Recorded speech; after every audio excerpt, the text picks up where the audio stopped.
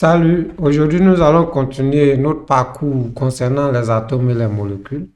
Avant de continuer, n'oubliez pas de liker les publications, de les commenter, de partager les vidéos pour faire profiter à beaucoup d'apprenants, beaucoup d'élèves et même les parents d'élèves.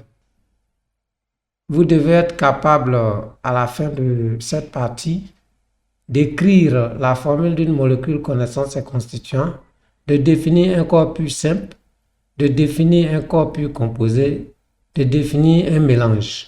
Pour cela, nous allons vous donner le plan de la leçon. En 1, nous allons parler de la formule d'une molécule. Ensuite, nous allons faire une activité d'application. En 2, nous allons donner des définitions. De 1, d'un corpus, de 2, d'un corpus simple, de 3, d'un corpus composé et de 4, d'un mélange. Ensuite, nous allons faire une activité d'application. Sans tarder, nous commençons par la formule d'une molécule. On dit une molécule est représentée par sa formule chimique. Celle-ci indique les différents atomes qui la constituent et leur nombre. Donc, vous voyez, toujours, on représente une molécule par sa formule chimique. Et donc, cette formule indique les différents atomes qui sont dans la molécule et bien sûr le nombre de ces atomes. Pour écrire la formule d'une molécule, on juxtapose les symboles des atomes qui la forment et on indique à l'indice de chaque atome en bas à droite son nombre. Si ce nombre est 1, alors on ne l'écrit pas. J'explique ça un peu. Lorsque vous devez écrire la formule d'une molécule, vous allez mettre les symboles des atomes côte à côte. Et quand vous allez écrire les symboles côte à côte, à chaque fois, si vous écrivez le symbole d'un atome, vous mettez le nom de cet atome en indice. L'indice est toujours en bas et à droite, collé. Donc, nous avons quelques exemples ici. Enfin, un exemple, CO2. CO2, quand vous regardez bien, vous avez un atome de carbone et puis 2 atomes d'oxygène. Vous voyez bien qu'à côté de l'oxygène, c'est-à-dire le O, on a indiqué le nombre d'atomes d'oxygène, c'est-à-dire on a mis à l'indice. En bas vers la droite, on a écrit 2.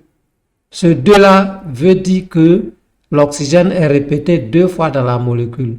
Mais comme le carbone est seul, on a dit que si c'est 1, on n'écrit pas.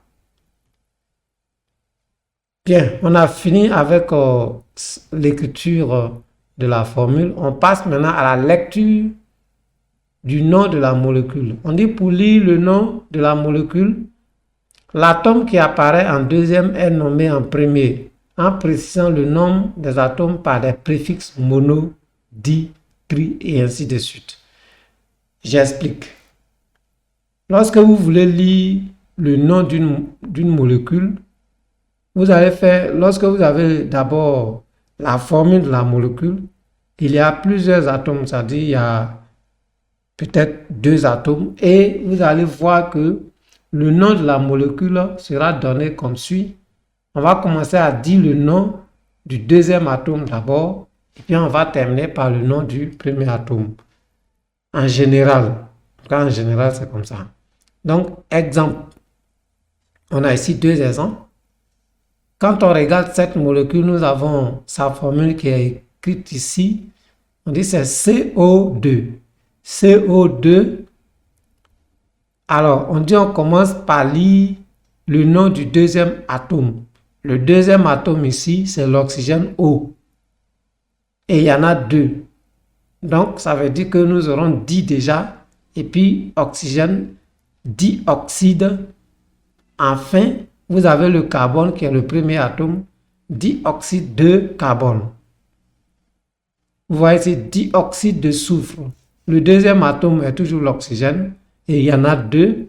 Et nous avons il y a un atome, le S là, c'est l'atome de soufre. Il est seul. On n'écrit pas le nombre. Donc, ça devient dioxyde, c'est-à-dire 2 oxygènes de soufre et puis un atome de soufre. Bien, j'espère que vous avez compris ce principe. De toute façon, nous aurons à faire des exercices là-dessus, certainement. On continue. On passe à une activité d'application.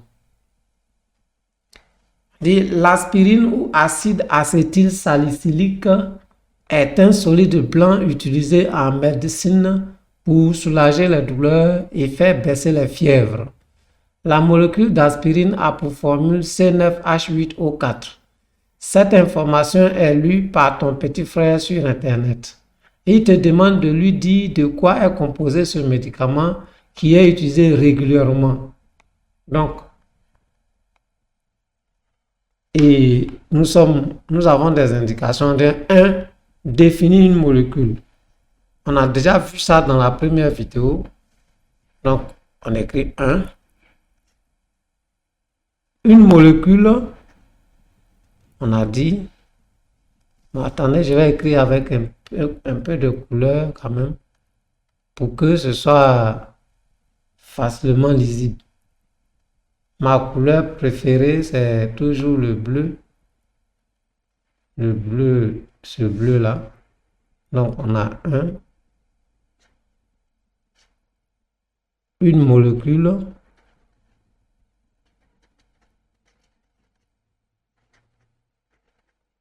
est un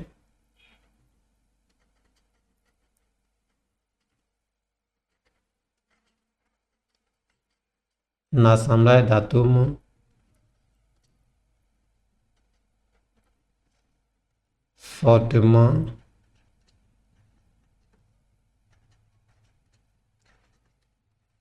liés entre eux. On peut dire aussi qu'une molécule est un assemblage bien défini d'atomes. Et il faut retenir que la molécule est un édifice stable. Donc, deuxièmement, décrit comment s'écrit la formule d'une molécule. Bien, on a vu ça en haut.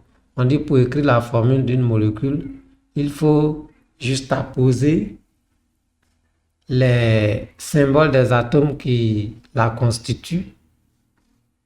Donc, pour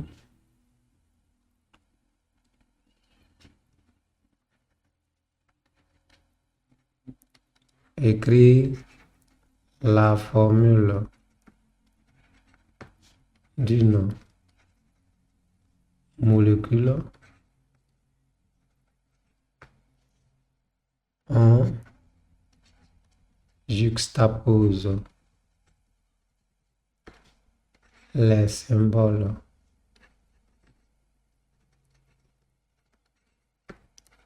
des atomes qui la constituent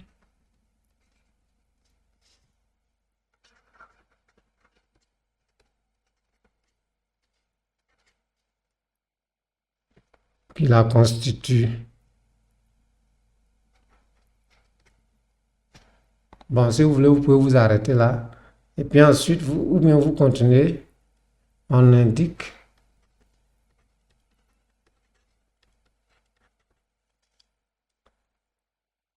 le nombre. On indique un indice. On indique un indice. Le nombre de chaque atome. Voilà. Ça veut dire que lorsque vous écrivez la formule d'une molécule, il faut toujours prendre soin de mettre à l'indice de chaque atome le nombre de cet atome-là. Voilà. Une fois que vous avez fini de mettre côte à côte les symboles des atomes, vous allez maintenant indiquer à l'indice de chaque atome le nombre de cet atome dans la molécule. Toujours. Bien. Troisièmement, donne la composition de la molécule d'aspirine. Donc, on va en petit 3. Nous avons C. Ils ont dit que la formule c'est C9H8O4. C9.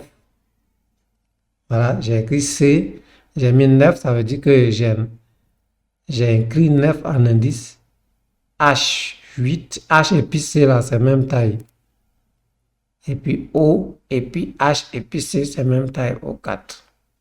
Bien, donc voilà, j'ai écrit la formule de la molécule d'aspirine. On me dit de donner la composition, c'est-à-dire de dire le nombre de chaque atome dans la molécule. Donc, nous avons ici 9 atomes de carbone. Ensuite, nous avons 8 atomes d'hydrogène.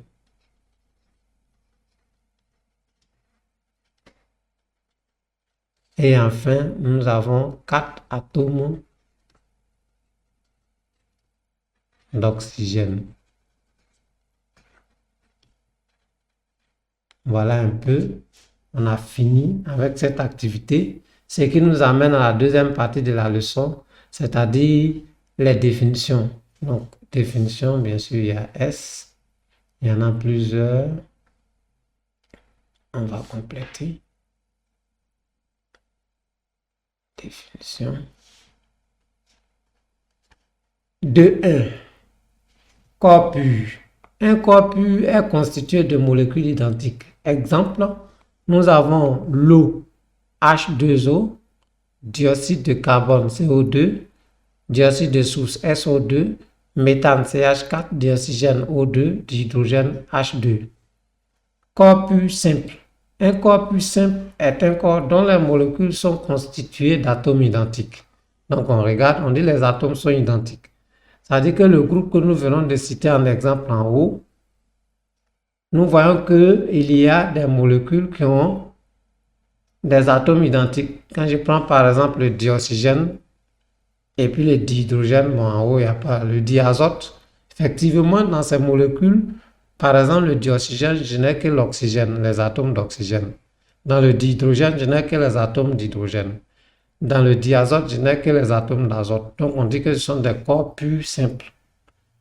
Corps pur composé. Un corps pur composé est un corps dont les molécules sont constituées d'atomes différents. Donc, vous voyez, ce sont des corps purs, mais les atomes sont différents là-dedans. Quand nous prenons l'eau, l'eau est un corps pur. Alors, mais dans l'eau, il y a plusieurs atomes. C'est-à-dire, nous avons ici 2.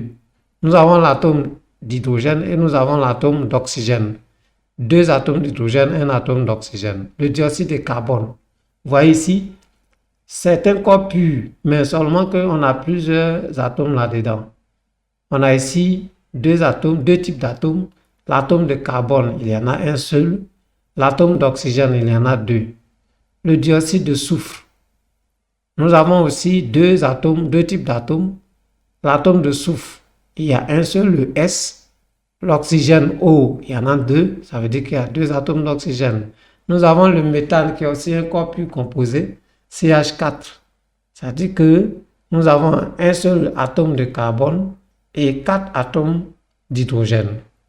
Bien, ce qui nous amène à la définition d'un mélange. On dit qu'un mélange est un corps constitué de molécules différentes. Vous voyez, c'est l'inverse, c'est l'opposé, enfin l'inverse de corps pur.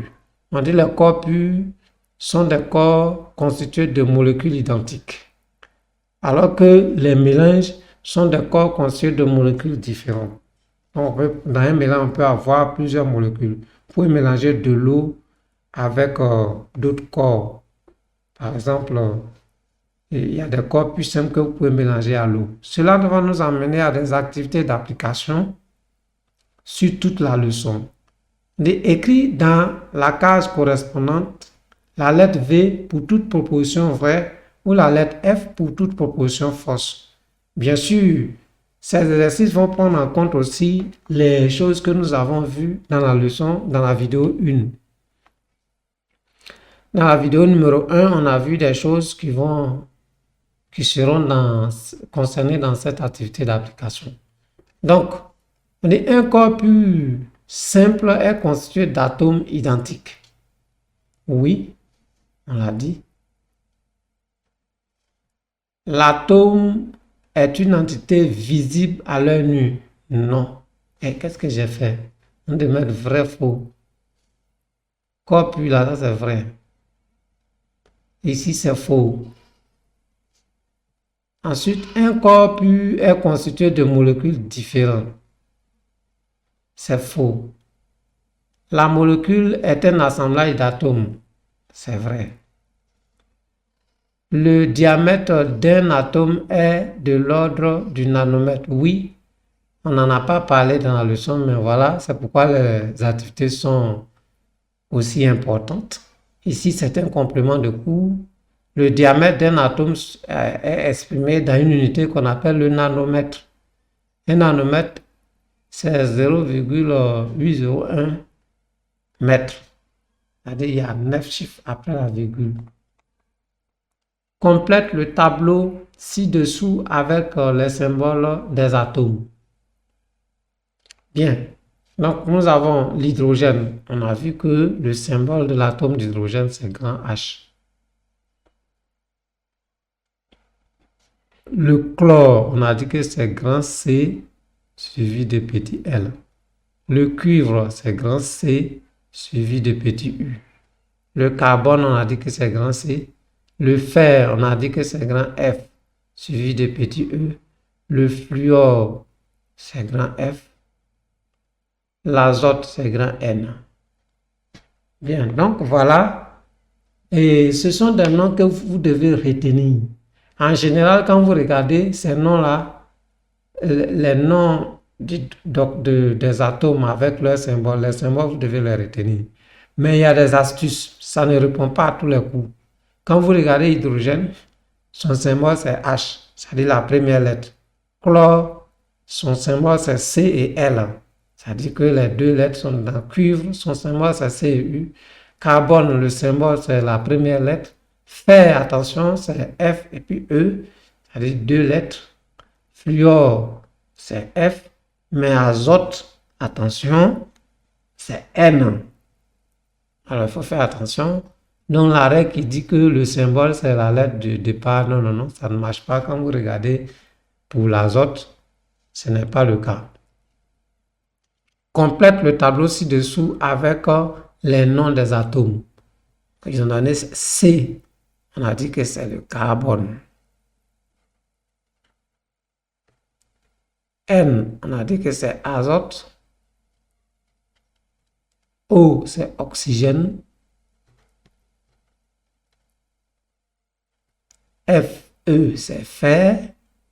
H, hydrogène.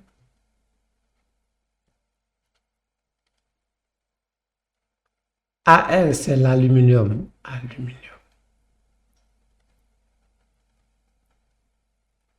Bien. Ensuite, on dit complète le tableau ci-dessous en écrivant les formules chimiques des molécules citées. Dioxyde de soufre.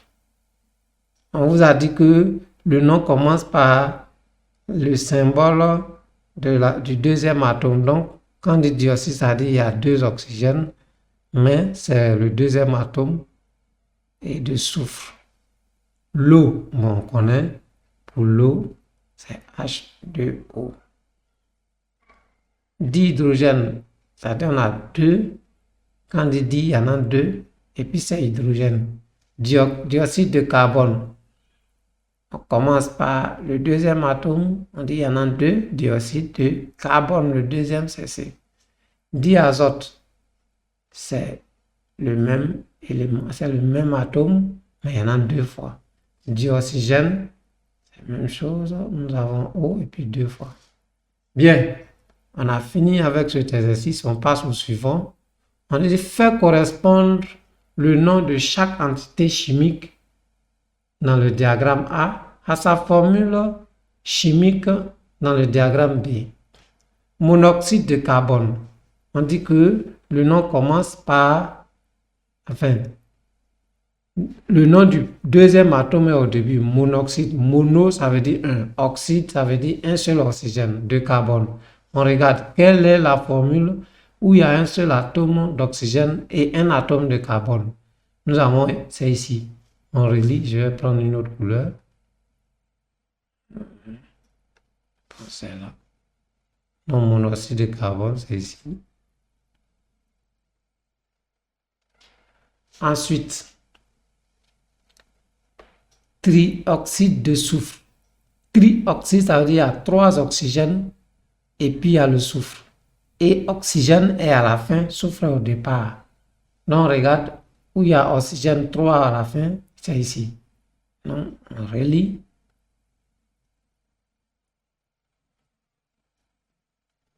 Ensuite, dioxyde de carbone.